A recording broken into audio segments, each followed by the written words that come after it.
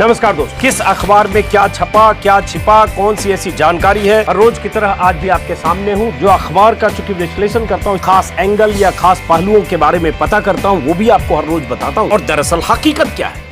नमस्कार दोस्तों, हर रोज की तरह आज भी आपके सामने हूं। आज रविवार का दिन है, छुट्टी का दिन है। आप सब छुट्टी मना रहे होंगे, लेकिन छुट्टी के दिन भी मैं ड्यूटी पर हूं, क्योंकि मैंने आपसे वादा किया है हर रोज अखबारों के साथ, अखबारों का विश्लेषण, अखबारों की सुर्खियां, अखबारों की खबरें, खबरों के पीछे की बातें, कुछ मैं रिसर्च के जरिए जो जुटाता हूं जानकारी, वो कुछ मेरा विश्लेषण, कुछ मेरे मन की बात। तो शुरू करते हैं दोस्तों। आज जो ऐसे सुबह अखबारों को देखकर मुझे बहुत निराशा हुई। कहीं ऐसी खबर नहीं दिखी जिस पर कुछ बात करूं, जिसमें कोई खोज पड़ताल की बात हो। ऐसी खबर अखबारों में नहीं दिखी। एक दो खबर हो सकती है, लेकिन मोटे तौर पर वही हेडलाइंस हैं जो हर रोज आप देख रहे होंगे। चीन को लेकर, चूंकि राजनाथ सिंह की चीनी मंत्री से बातचीत हुई है, रक्षा मंत्री से, और मॉस्को में राजनाथ सिंह थे, इसलिए राजनाथ सिंह के बारे में खबरें हैं। राजनाथ सिंह के दावे, चीन के दावे और तमाम ऐसी चीज़ें, सुशांत और रिया को लेकर। चूंकि आपको पता होगा, सुबह सुबह आप चैनल लगातार देख रहे होंगे कि रिया के भाई और उनसे जुड़े या उनकी परिचित ड्रग रैकेट, कथित तौर पर जो बहुत बड़ा ड्रग रैकेट था, जिसमें किसी बड़ी मछली को अब शायद पकड़ा जाना है, उसमें से 6 लोग गिरफ्तार हुए हैं, जिसमें रिया के भाई शामिल हैं। रिया के घर पर सुबह सुबह एनसीबी की टीम गई थी और सम्मन दे दिया गया है। जब तक आप वीडियो देख रहे होंगे तब तक या तो गिरफ्तार हो चुकी होगी या उसकी पूछताछ हो रही होगी। तो उस रिया से जुड़ी खबर, मैं उस पर कम बात करता हूं, क्योंकि दिन रात न्यूज चैनल वही काम 2.5 महीने से कर रहा है। लेकिन आज उसमें एक खास बात है जिस पर आज मैं बात करना चाहता हूं। वो है बिहार बीजेपी जिस ढंग से सुशांत सिंह राजपूत की मौत को भुनाने की कोशिश कर रही है। यह अखबार टाइम्स ऑफ इंडिया में एक खबर है, और उसके बाद इस खबर को आप समझने की कोशिश करिए। टाइम्स ऑफ इंडिया में यह खबर है पेज नंबर 14 पर। एक एक करके कुछ और खबरें जो भी मुझे दिखती है उस पर बात करूंगा। ये 14 नंबर पेज पर है। In poll bound Bihar, BJP seeks justice for Sushant. Bihar में चुनाव होना है और बीजेपी सुशांत के लिए इंसाफ मांग रही है। अब इसके लिए क्या किया है बीजेपी ने, ये खबर है। हेडलाइन नीचे टेक्स्ट आप देख पा रहे हैं, मैंने लगा दिया है। बीजेपी क्या कर रही है बिहार में? सुशांत सिंह राजपूत के 30,000 पोस्टर, मास्क और स्टिकर छपवाए हैं, और छपवाकर अलग अलग जगह जाकर बांटा भी जा रहा है, चिपकाया भी जा रहा है। तस्वीरें आप स्क्रीन पर देख रहे हैं। ये एक स्टिकर है। न भूले हैं न भूलने देंगे। समझने की कोशिश करिए जो मैं कह रहा हूं। स्टिकर है, यहां पर आप ये स्टिकर देख रहे हैं। उसके बाद ये एक सज्जन है, बीजेपी के सांस्कृतिक प्रकोष्ठ के संयोजक हैं, वरुण सिंह, शायद वही हैं, जितना अंदाज़ा लगा रहा हूँ इस फोटो से। एक ठेले पर, समोसे जलेबी वाले एक ठेले पर वही स्टिकर चिपका रहे हैं। ये तस्वीर इधर आप देख पा रहे हैं। इसके अलावा बीजेपी के कुछ कार्यकर्ता हैं जिन्होंने चेहरे पर मास्क लगा रखा है, और ये जो सिंह साहब हैं इन्होंने भी अपने चेहरे पर एक मास्क लगाया। ये तस्वीर यहाँ लगा रहा हूँ, ये वरुण सिंह हैं। अंदाज़ा ये भी लगा रहा हूँ, इस मास्क के पीछे, मुखौटे के पीछे कौन होता है? हर चेहरे के पीछे एक चेहरा होता है, इसलिए इस मुखौटे के पीछे वो हैं कि नहीं, लेकिन अंदाज़ा लग रहा है कि वही है। चलिए ये मान लेते हैं, और ये सुशांत का मास्क है। अब सवाल ये उठता है कि किस चीज़ के इंसाफ की मांग कर रहे हैं? ये मांग तब तक वाजिब थी जब तक केंद्रीय एजेंसी इसमें शामिल नहीं थी। अब बीजेपी अगर पोस्टर छपवा कर, 3,000 पोस्टर बीजेपी ने छपवाए हैं, 3,000 स्टिकर छपवाए हैं, जस्टिस फॉर सुशांत हैशटैग के साथ, न भूले हैं न भूलेंगे लिखकर ये बांट रहे हैं, चिपका रहे हैं। तस्वीरें आप स्क्रीन पर मेरे चारों तरफ ये देख रहे हैं। अब जरा सोचिए, बिहार में चुनाव होना है अक्टूबर आखिर से लेकर नवंबर के आखिर तक। नवंबर के आखिर में सरकार बननी है। ये लगातार बीते 2 महीने से बहुत सारे लोग कह रहे हैं कि बीजेपी इसको तब तक मुद्दा बनाए रखेगी जब तक चुनाव बिहार में खत्म नहीं हो जाएगा। और अब चुनाव अभी होना है, अभी प्रचार शुरू होना है। अब जो ये बीजेपी के नेता और ये कार्यकर्ता ये सुशांत के लिए इंसाफ की लड़ाई अब लड़ रहे हैं चुनावी फायदे के लिए और चुनाव में भुनाने के लिए, उनसे एक सवाल है, एक नहीं, 3 सवाल है, चलिए आप भी 3 सवाल पूछिएगा। आज सुशांत सिंह की मौत की जांच कौन कर रही है एजेंसी? सीबीआई। करीब करीब 1 महीने से सुप्रीम कोर्ट ने भी मुहर लगा दी है। सीबीआई केंद्र की एजेंसी है, महाराष्ट्र का कोई रोल नहीं है, कोई भूमिका नहीं, तो सीबीआई जांच कर रही है। नारकोटिक्स कंट्रोल ब्यूरो जिसने कुछ गिरफ्तारियां की है और रिया पर शिकंजा कस चुका है, किसकी एजेंसी है? केंद्र की एजेंसी। किसे रिपोर्ट करती है?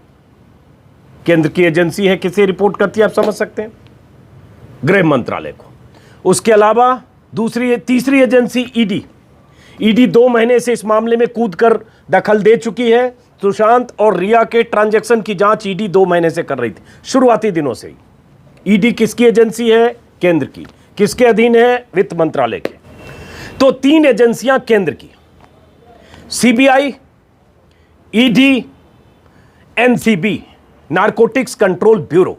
ये 3 एजेंसियां अलग अलग पहलुओं की जांच कर रही है। एक जांच कर रही है क्या सुशांत की हत्या हुई या सुशांत ने खुदकुशी की, और अगर खुदकुशी की तो किसी ने उकसाया, क्या एबेटमेंट टू सुसाइड किसी पर लगता है, आत्महत्या के लिए उकसाने के आरोप रिया या किसी पर लगते हैं, इसकी जांच सीबीआई कर रही है। और सीबीआई लगातार मौका वारदात पर जा रही है। कई बार कई तरह से सीबीआई ने वहां ड्रिल करके और एक्सरसाइज करके और मॉक पूरी घटना का एक्सरसाइज करके देखने समझने की कोशिश की है, यहां तक कि सुशांत के परिवार वाले, सुशांत की बहनें, उन सब की मौजूदगी में भी। उसके बाद दूसरी एजेंसी एनसीबी, जो अब ड्रग के मामले की जांच कर रही है और उसमें गिरफ्तारियां हो चुकी है 6। रिया पर शिकंजा कस चुका है। तीसरी ईडी मैंने बताया। अब अगर तीनों एजेंसियां ये केंद्र की, केंद्र में सरकार बीजेपी की, बीजेपी के 50 नेता, दिल्ली से लेकर महाराष्ट्र से लेकर बिहार तक के, छोटे से लेकर बड़े तक के, महासचिव से लेकर पार्टी के बड़े महासचिव से लेकर राज्य के छोटे प्रवक्ता तक, ये लगातार 2.5 महीने से बयान देकर सुशांत की मौत के लिए इंसाफ की मांग कर रहे हैं। लेकिन अब सारी एजेंसी आपकी, तो सवाल उठता है ये प्रचार, ये प्रोपेगेंडा, ये सुशांत की मौत का चुनाव में इस्तेमाल, और इस इस्तेमाल के बाद चुनावी मौसम में वोट के लिए आप इसको मुद्दा बनाने की कोशिश कर रहे हैं। बिहार में सरकार आपकी, बीच के कुछ दौर को छोड़ दें जब आरजेडी के साथ नीतीश कुमार थे, गच्चा देकर गठबंधन टूटा, और उसके बाद फिर आपके साथ, उसके पहले भी लगातार सरकार आपकी 2005 से, और उसके बाद मुद्दा चुनाव में आपके लिए ये है सुशांत सिंह, जिसकी जांच सुशांत सिंह के हत्या या आत्महत्या जो भी घटना, उसकी जांच तीनों एजेंसी कर रही है। और मैं बार बार कहूंगा, सुशांत की मौत की जांच अगर उनके परिवार वालों को शक है कि उसकी हत्या हुई, जरूर होनी चाहिए। लेकिन अब तक जो जानकारी है, जो सीबीआई के हवाले से, सीबीआई के सूत्रों के हवाले से, अखबारों में या अलग अलग जगह जो छपी और चली है, उससे ऐसा लगता है कि सीबीआई के अधिकारी भी मान रहे हैं कि ये हत्या नहीं, आत्महत्या है। अब आत्महत्या के लिए उकसाने और बाकी चीजों की जांच हो रही होगी। अब सवाल ये उठता है बीजेपी से कि क्या अब अगर बीजेपी इस तरह से पोस्टर, इस तरह से मास्क इस तरह से चिपका रही है, इस तरह से मास्क लगाकर बीजेपी नेता घूम रहे हैं, तो क्या ये चुनावी राजनीति में, चुनाव में वोट के लिए सुशांत की मौत को भुनाने की कोशिश नहीं है?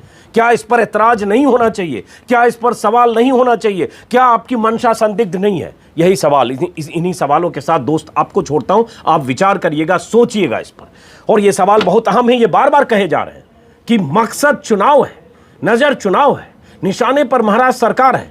पहले उद्धव ठाकरे के बेटे को, आदित्य ठाकरे के खिलाफ मुहिम चली, कुछ अभी तक मिलता दिखा नहीं।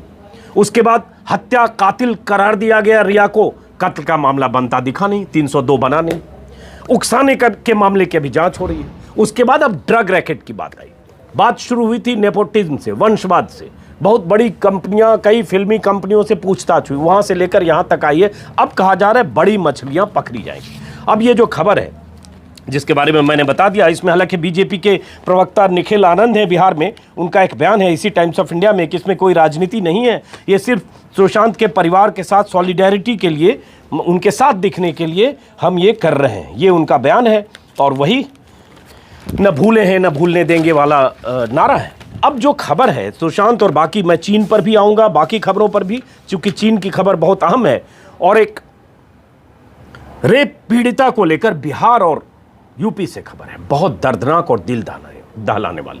उस खबर पर बात करूंगा, लेकिन पहले सुशांत वाली खबर को ख़त्म करते हैं। इस खबर में जो है, अब जैसे 2-3 अखबारों में मैंने देखा, इसलिए मैं चाहता हूं उस पर एक बार पूरी बात हो जाए कि इस मामले में अब कहा जा रहा है कि बड़ी मछलियों को पकड़ा जाएगा। ठीक है, बड़ी मछली मतलब जिन लोगों ने ड्रग कार्टेल जो है, जिन लोगों ने ड्रग सप्लाई की, ड्रग के पीछे जो लोग थे, और जिस ढंग से ड्रग का गोरख धंधा हो रहा है, और उस गोरख धंधे में रिया की क्या भूमिका है, इसकी जांच होगी। और एनसीबी अब ये भी कह रही है, एनसीबी के अधिकारी अब ये भी कह रहे हैं कि बॉलीवुड में ड्रग गिरोह की पैठ को लेकर जांच करेंगे।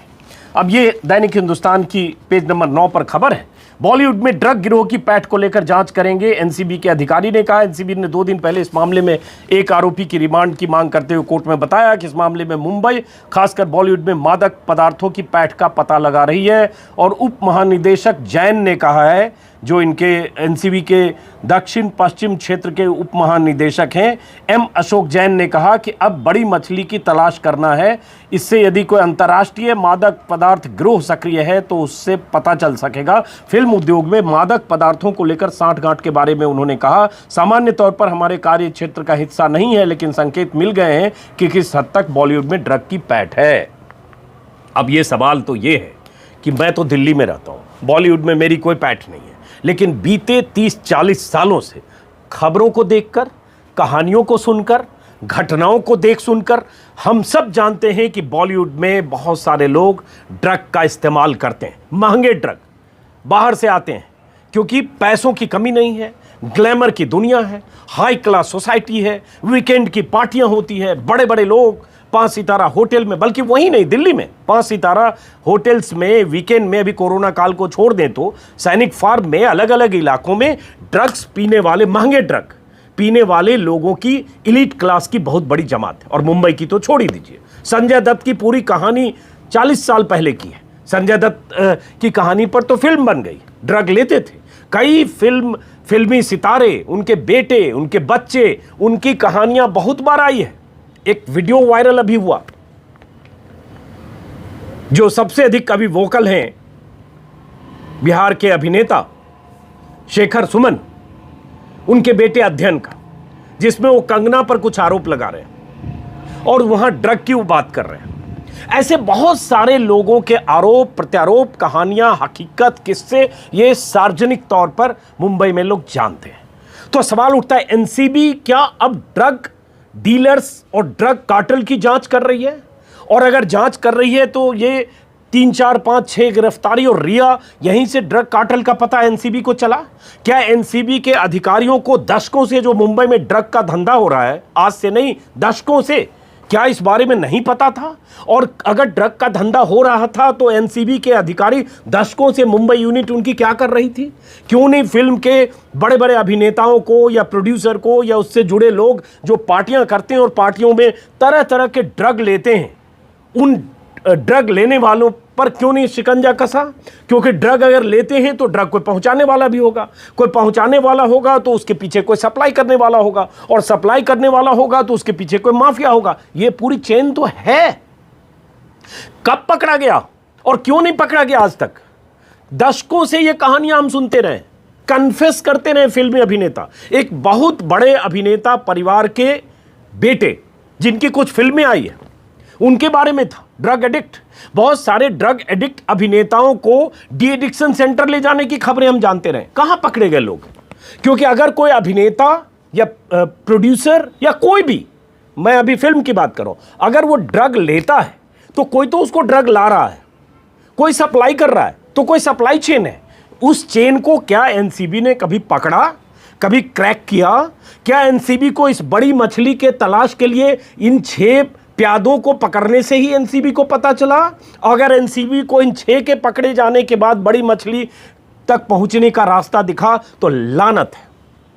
क्योंकि मैं दिल्ली में रहकर बता रहा हूं कि हां ये होता है, मुंबई में भी होता है, दिल्ली में भी मैंने बहुत सुना है। और एक क्राइम शो प्रोड्यूस करते हुए 2004-05 में बहुत सारी स्टोरीज हमने इस पर की है।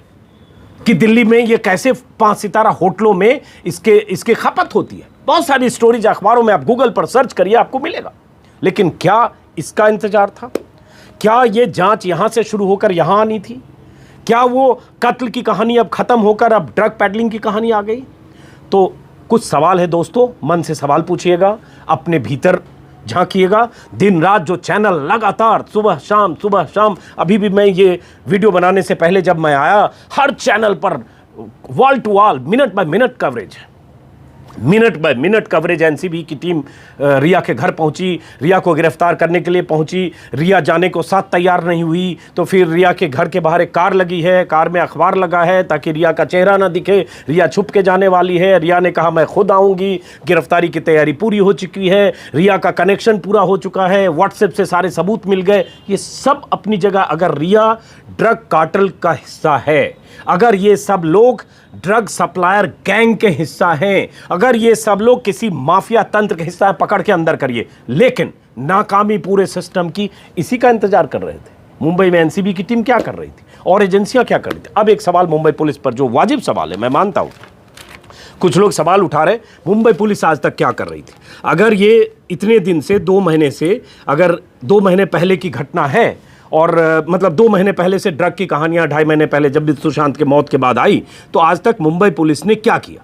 क्यों नहीं मुंबई पुलिस ने इस मामले की ड्रग एंगल से जांच की? ये कुछ लोग सवाल उठा रहे हैं, वाजिब सवाल हो सकता है, लेकिन मैं फिर वही कह रहा हूं कि सिर्फ ड्रग या ड्रग एंगल मुद्दा था क्या?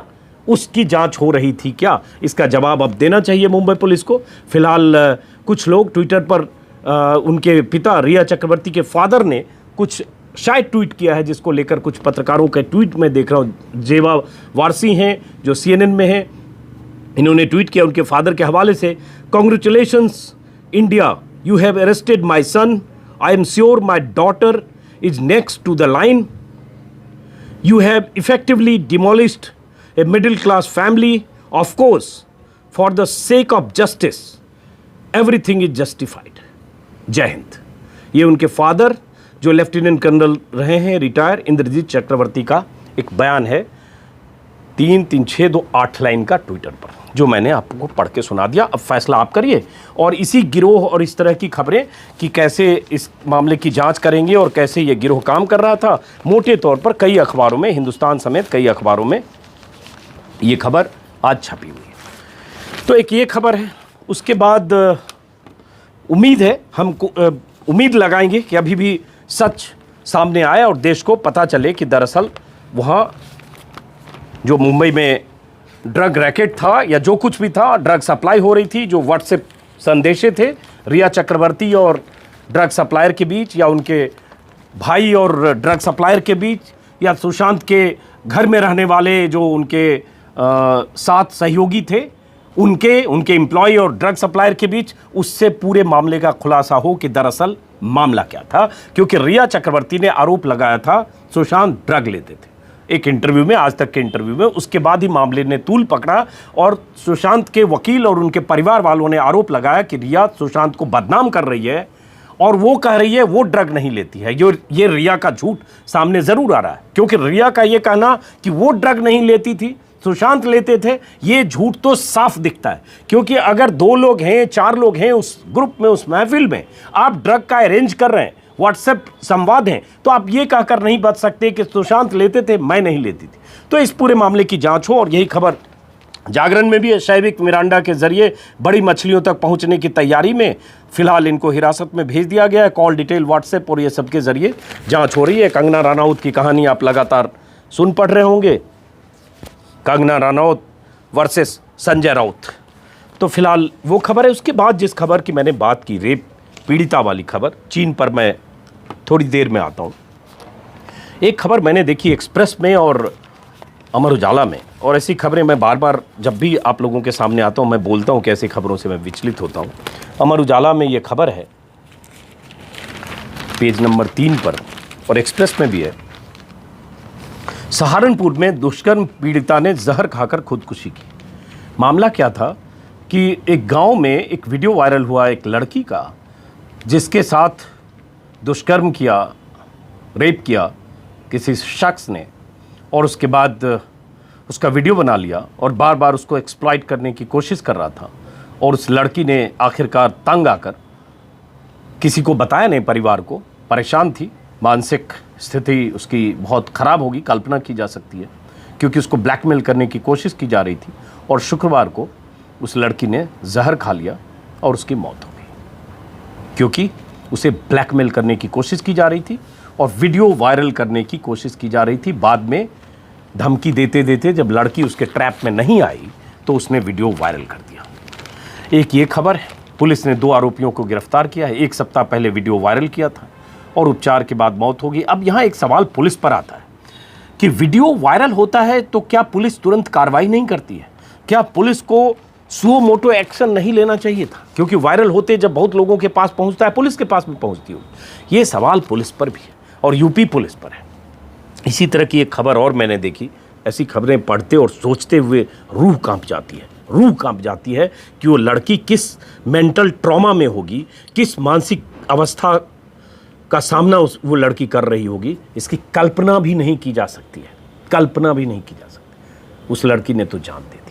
एक खबर और मैं देख रहा हूँ, उत्कर्ष सिंह बिहार के रिपोर्टर हैं, बहुत अच्छे, आजकल डिजिटल पे अच्छा काम कर रहे हैं। मैं मीडिया करके उनका एक अपना प्लेटफॉर्म है, कभी मौका मिले देखिए, सब्सक्राइब करिए। दिल्ली में पहले एबीपी न्यूज़ में थे, बहुत युवा रिपोर्टर हैं, उत्साही रिपोर्टर हैं। ऐसे रिपोर्टर्स की हौसला अफजाई होनी चाहिए। उत्कर्ष सिंह नाम है, मैं मीडिया उनका एक प्लेटफॉर्म। तो उत्कर्ष सिंह का ट्विटर मैं देख रहा था, उस पर है, बिहार के आरा में 15 साल की बच्ची के साथ गैंगरेप का वीडियो वायरल। 9वीं की छात्रा के साथ 4 लड़कों ने 19 अगस्त को गैंगरेप किया, वीडियो वायरल कर दिया, वीडियो बनाया। वीडियो वायरल होने के बाद पीड़िता ने पुलिस में शिकायत दर्ज कराई। अभी तक किसी की गिरफ्तारी नहीं हुई एफआईआर के बाद। और इन दरिंदों की तस्वीरें उत्कर्ष ने अपने ट्विटर पर लगाई है। सबके चेहरे पहचाने जा रहे हैं। ऐसे दरिंदे समाज के लिए कोड़ है। क्या किया जाए? कौन सी मानसिकता है? छोटी छोटी बच्चियां, 3 साल, 2 साल, 4 साल की बच्चियों के साथ रेप करने वाले लोग, वीडियो बनाकर गैंग रेप करके उसका वीडियो बनाने वाले लोग, वीडियो बनाकर ब्लैकमेल करने वाले लोग, और फिर वीडियो वायरल करने वाले लोग, जिसमें उनका चेहरा भी है, बच्ची का भी चेहरा है। कैसी मानसिकता है? चलिए, ये खबर है। उसके बाद चीन पर बाद में आऊंगा। एक और खबर है, चूंकि चीन की खबरें आप लगातार, आप सब लोग अवेयर हैं और मैं चीन पर कम से कम 25 बार बात कर चुका हूं। एक खबर इंडियन एक्सप्रेस में है, पहले पन्ने पर, यहां पर है, ये सिंगल कॉलम है, खबर मैं यहां लगा रहा हूं, साइड में आप देखें, और एक मैं इसके डेटा का चार्ट भी लगाऊंगा जो एक्सप्रेस के हवाले से है।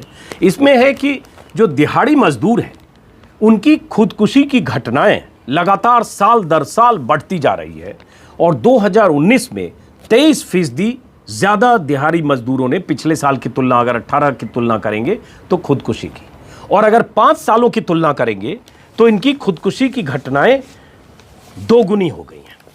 ये एक डेटा एक्सप्रेस ने 6 साल के आंकड़े को देखें तो खुदकुशी की घटनाएं 2 गुनी हो गई हैं। और दिहाड़ी मजदूर हैं, ये वो गरीब लोग हैं जिनकी रोजी रोटी, जिनकी हर रोज के जो उनके खर्चे हैं, जीवन यापन के लिए ज़रूरी न्यूनतम संसाधन चाहिए, वो उनके पास नहीं था और उन्होंने परेशान और बेचैन होकर खुदकुशी की। एक आंकड़ा एक्सप्रेस के हवाले से दे रहा हूँ। इस आंकड़े को अगर आप देखेंगे कि 2014 में टोटल सुसाइड को भी देखिए, सुसाइड की अलग अलग वजह होती है। फिलहाल मैं सीमित यहीं तक हूँ, जो दिहाड़ी मजदूरों की खुदकुशी की घटनाएं हैं, इस पर कल के वीडियो में भी मैंने बात की थी, 2 दिन पहले के वीडियो में भी बात की थी एनसीआरबी के डेटा के हवाले से, आज फिर है। तो इसमें 2014 में 15,735 दिहाड़ी मजदूरों ने खुदकुशी की, 2015 में 23,799, 2016 में 25,164, 2017 में 28,741, 2018 में 30,127 और 2019 में 32,563। तो ये अगर देखेंगे 2014 से 2019 के बीच दुगना से भी ज़्यादा, दुगनी खुदकुशी की घटनाएं, आत्महत्या की घटनाएं दुगनी हुई हैं। और इसमें अगर मैं आंकड़े में देख रहा हूं कि तमिलनाडु में सबसे अधिक घटनाएं हुई हैं, जिसमें दिहाड़ी मजदूरों ने 5,000 मजदूरों ने सुसाइड किया। एमपी में, महाराष्ट्र में नंबर 2 पर है 4,128, एमपी में 3,964, तेलंगाना में 2858 और केरला में 2809। तो देश में ऐसी खुदकुशी की घटनाएं वैसे किसी को बेचैन नहीं करती है। किसानों की खुदकुशी की खबरें देखते देखते तो हम कहते हैं चमड़ी हमारी इतनी मोटी हो गई है कि हम खबर पढ़ते भी नहीं हैं। हम मानते हैं कि किसान खुदकुशी कर रहे हैं, इसमें चौंकाने की क्या बात है? न इसमें चौंकने की बात है, न खबर छपने की बात है, न चैनलों पर दिखने की बात है। और इस मामले में मैं भी अपने को गुनहगार मानता हूं। मैं ये कहकर ये नहीं कह सकता कि मैं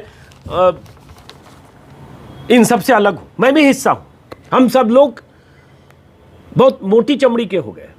हम सब लोगों ने मान लिया कि गरीब किसान जिसके पास पैसे नहीं है, जिसकी आर्थिक तंगी ने उसे खुदकुशी को मजबूर किया, वो इस देश की ऐसी हकीकत है, ऐसी स्याह हकीकत है जिसको नज़रअंदाज भी करें कोई फ़र्क नहीं पड़ता, क्योंकि ये सिलसिला पुराना है और ये सिलसिला साल दर साल सरकारें आती हैं, सरकारें जाती हैं, सरकारें बदलती हैं, चाहे यूपीए हो, चाहे बीजेपी हो, चाहे सेना गठबंधन हो, चाहे कोई और गठबंधन हो। हर दौर में, हर सरकारों के दौर में खुदकुशी की घटनाएं होती हैं, कभी बढ़ जाती हैं तो ऐसी खबरें छपती हैं। इस बार भी इसलिए खबर छपी क्योंकि ये घटनाएं 6 साल में 2 गुनी हुई है। तो ये खबर है। उसके बाद चीन को लेकर कुछ खबरें दोस्तों, उसमें मेरे सवाल हैं, क्योंकि जब मैं चीन को लेकर बात करता हूं कुछ सवालों के साथ, और उन्हीं सवालों के साथ मैं फिर शुरू करूंगा। जागरण की पहली लीड है 1 इंच भी जमीन नहीं छोड़ेंगे, और उसके बाद संप्रभुता पर खरोच बर्दाश्त नहीं। मास्को में बैठक के दौरान चीनी समकक्ष मतलब चीन के जो रक्षा मंत्री हैं उनके सामने जो बातचीत हुई, और उसके बाद राजनाथ सिंह ने कहा। अब सवाल उठता है, इसी तरह की हेडलाइन है, उसके बाद मैं आता हूं कि मैं कहना क्या चाह रहा हूं। इसी में जागरण में पिछले पन्ने पर ट्रंप की मध्यस्थता की भी बात है, लेकिन इसी लाइन पर सब जगह खबर है। इंडियन एक्सप्रेस की भी पहली हेडलाइन यही है, आप देख पा रहे हैं। इंडियन एक्सप्रेस की हेडलाइन है पहली हेडलाइन, और अखबारों की हेडलाइन वही है। उसके बाद मैं आता हूं कि मैं क्या कहना चाह रहा हूं और वो क्यों मायने रखता है।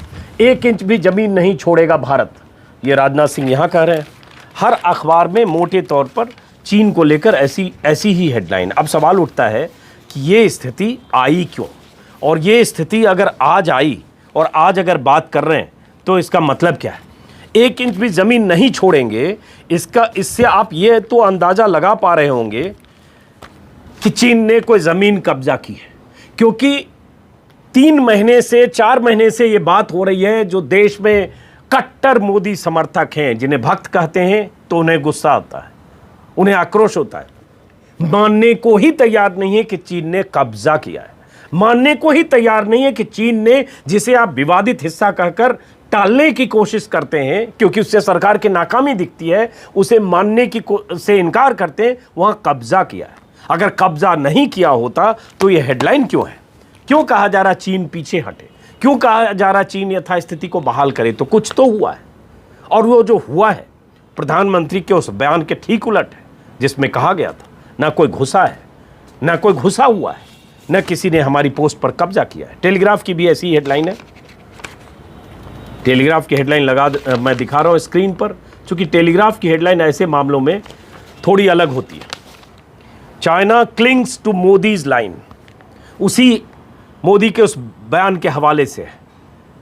चाइना क्लिंग्स मतलब चाइना ने मोदी की लाइन को पकड़ना बोलते हैं, और चाइना उसी को अपने डिफेंस में इस्तेमाल कर रहा है। उस समय भी चीन ने किया था। और यहाँ फिर यह है, China acted unilaterally violated pacts, Rajnath Singh का बयान टाइम्स ऑफ इंडिया में। लेकिन यहाँ जो 2 बॉक्स है टाइम्स ऑफ इंडिया में वो अहम है।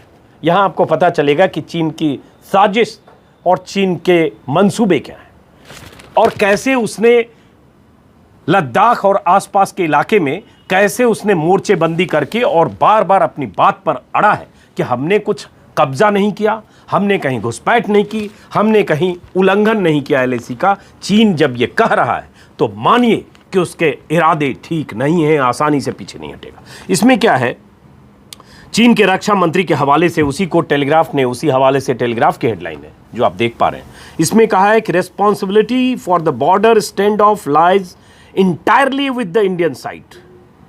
मतलब जो बॉर्डर पर फेस ऑफ हो रहा है, जो बॉर्डर पर एलएसी पर जो तनातनी है, उसके लिए सिर्फ भारतीय पक्ष जिम्मेदार है। चीन बार बार कह रहा है कि हमने तो कोई उल्लंघन ही नहीं किया, हमने तो कोई अतिक्रमण ही नहीं किया, हमने तो कुछ किया ही नहीं, जो किया भारत ने किया। तो इसका मतलब, चीन के इस कहने का मतलब, जहां तक हम बैठे हैं पेंगोंग 4 तक, गलवान के कुछ इलाके में, गोगरा के कुछ इलाके में, हॉट स्प्रिंग के कुछ इलाके में, वहां तक तो हमारी जमीन है, हमारी दावेदारी है, हमारी एलएसी के भीतर है, और हम वहीं तक हैं जहां हमारी जमीन है। इसलिए जो कुछ कर रहा है वो भारत कर रहा है, यही चीन का स्टैंड है। अब यहां भारत के सामने सबसे बड़ी चुनौती है कि कैसे दुनिया के देशों की मदद ले, कैसे दुनिया में माहौल बनाए, और अपनी मुस्तैदी और अपनी मजबूती के साथ कैसे चीन को पीछे हटने को मजबूर करे। वो सिर्फ ऐप बैन करने से, पबजी को भगा देने से, टिकटॉक बैन करने से, 59 ऐप पहले, 118 ऐप बाद में, बीच में कुछ ऐप, ये ऐप बंद करने से अगर आप सोच रहे हैं कि चीन पीछे हटेगा तो गफलत में है, क्योंकि ऐप बंद किए पहला फैसला 2 महीने से ज़्यादा हो गए शायद।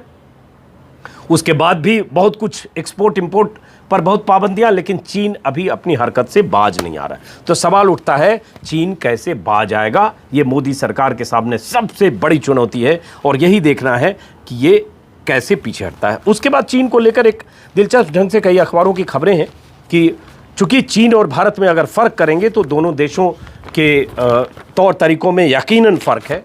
हमारी जो सहनशीलता है और दयालुता है भारत की, और भारत का तरीका है, वो चीन से कभी तुलना नहीं हो सकती। और उसी में है कि भारत चीन सीमा पर तनाव के बीच दोनों देशों की सेनाओं के 2 चेहरे, भास्कर ने भी छापा है, अमर उजाला ने छापा है। ये है हमारी तहजीब।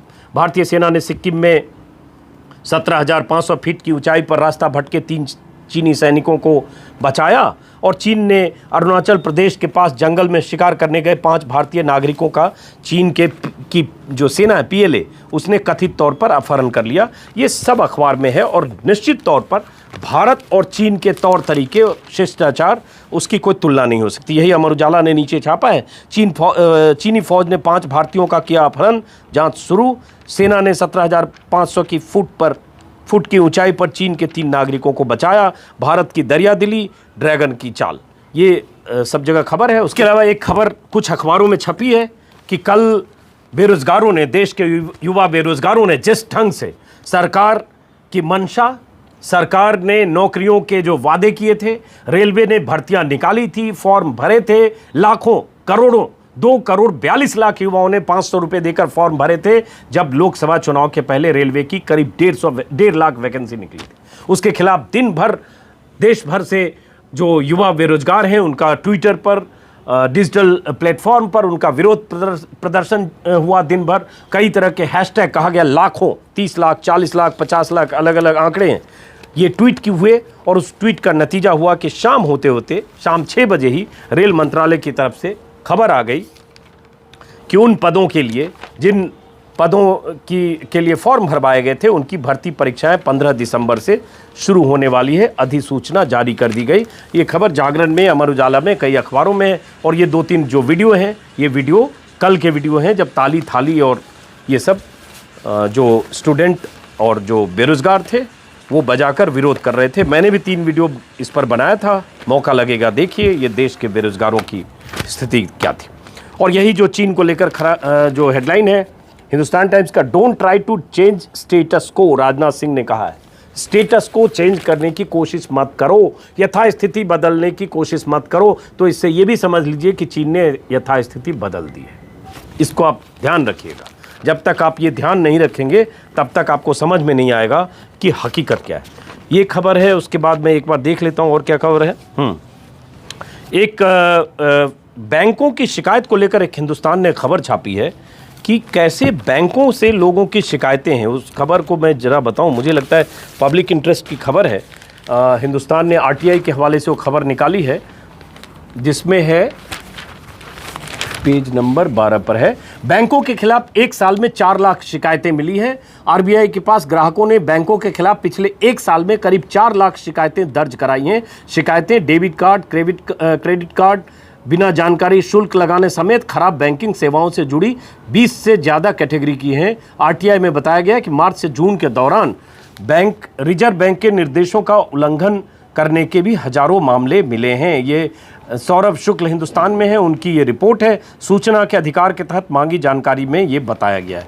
ये खबर है। बैंक तो लूट खसोट के आरोप बैंक पर लगते ही रहते हैं। ग्राफ भी छापा है कि किस बैंक से कितनी शिकायतें मिली, किस बैंक के खिलाफ कितनी शिकायतें मिली, फर्जी लेन देन की शिकायतें 6 माह में, हर 6 माह में कितनी शिकायतें मिली, ये एक छापा है अमर उजाला ने, माफ़ करें, दैनिक हिंदुस्तान में। इसके अलावा कोरोना को लेकर लगातार मैं भी बात कर रहा हूँ, क्योंकि जितनी निश्चिंता लोगों में होती जा रही है वही निश्चिंता आने वाले समय में बहुत मुश्किल पैदा करेगी। एक तारीफ वाली खबर भी बीच में बताऊं। उत्तर प्रदेश को लेकर कई अखबारों में खबर छपी है कि Uttar Pradesh ease of doing business में नंबर 2 पर आया है, और ये कई अखबारों की हेडलाइन है। और अच्छी बात है, ये तारीफ के काबिल है कि कारोबार के लिए सबसे ज़्यादा सहूलियत देने वाले राज्यों में आंध्र प्रदेश अव्वल है, यूपी दूसरे और राजस्थान 8वें नंबर पर है। यूपी की रैंकिंग में सुधार हुआ है, और ये वित्त मंत्री ने कहा है देश के ईज ऑफ डूइंग बिजनेस की ओवरऑल रैंकिंग सुधरेगी। यूपी के लिए अच्छी खबर है। जाहिर है कुछ अच्छा काम हुआ होगा, इसके बारे में नकारात्मक मैं अभी कुछ नहीं कह सकता जब तक मेरे पास कोई जानकारी नहीं है। फिलहाल ये सकारात्मक खबर है योगी सरकार के लिए और उत्तर प्रदेश के लिए। उसके अलावा कोरोना की जो मैं बात कर रहा था कि जैसे भास्कर की हेडलाइन है, देश में पहली बार करीब 90,000 मरीज मिले, दिल्ली में करीब 3,000 नए संक्रमित, ये भास्कर की हेडलाइन है। और इसमें जो बहुत ज़रूरी और ख़तरनाक और चिंता करने वाली बात है कि रोज़ नए मामलों में भारत दुनिया में सबसे आगे है। 4 दिन से रिकॉर्ड केस सामने आ रहे हैं। देश में मौतें अब 70,000 की ओर है। 50 से 60,000 मौतों में 9 दिन, 70,000 मौतों में फिर 10 दिन लगे।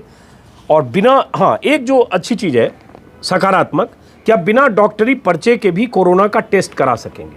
ये बहुत परेशानी होती है कि किसी को कोरोना है या किसी के परिवार में है या शक है, सर्दी खांसी बुखार या कोई भी सिम्टम्स, एक मन में बेचैनी होती है कहीं कोरोना तो नहीं है। तो जब तक प्रेस्क्रिप्शन नहीं होगा, जब तक डॉक्टर की पर्ची नहीं होगी, तब तक वो टेस्ट नहीं होगा। अब इसको कर दिया है ICMR ने कि आप बिना डॉक्टर की पर्ची के भी जांच करा सकते, क्योंकि कई राज्यों में पाबंदी लग गई है ट्रैवलिंग पर, या कई तरह की ऐसी चीज़ों में पाबंदी है। नौकरी ज्वाइन करने पर कुछ जगह है, संसद के लिए जैसे कोरोना का टेस्ट लाइए, कोरोना पॉजिटिव नेगेटिव का, पत्रकारों तक के लिए।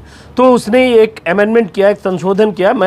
मुझे लगता है अच्छी चीज़ है कि अब बिना उसके डॉक्टर की पर्ची के बिना कोरोना का टेस्ट हो पाएगा। और जो कोरोना की चिंता खबर मैं बता रहा हूँ वो तो है ही। दिल्ली सरकार का कहना है कि ये जो दिल्ली में संक्रमित मिलने की तादाद बढ़ी है, उसकी सिर्फ ये वजह है कि दिल्ली में हमने टेस्ट बढ़ा दिया है। ये केजरीवाल का दावा है। उसके बाद केंद्र सरकार ने महाराष्ट्र, कर्नाटक और आंध्र प्रदेश से कहा डेथ रेट कम करने के उपाय करें, क्योंकि डेथ रेट महाराष्ट्र, कर्नाटक और AP में बहुत तेज़ी से मौतें वहाँ ज़्यादा हो रही हैं। तो ये खबर है। इसके अलावा मेरे ख्याल से मोटे तौर पर आज ऐसे सन्नाटे का दिन भी होता है, संडे को ऐसी कुछ खबर भी नहीं है।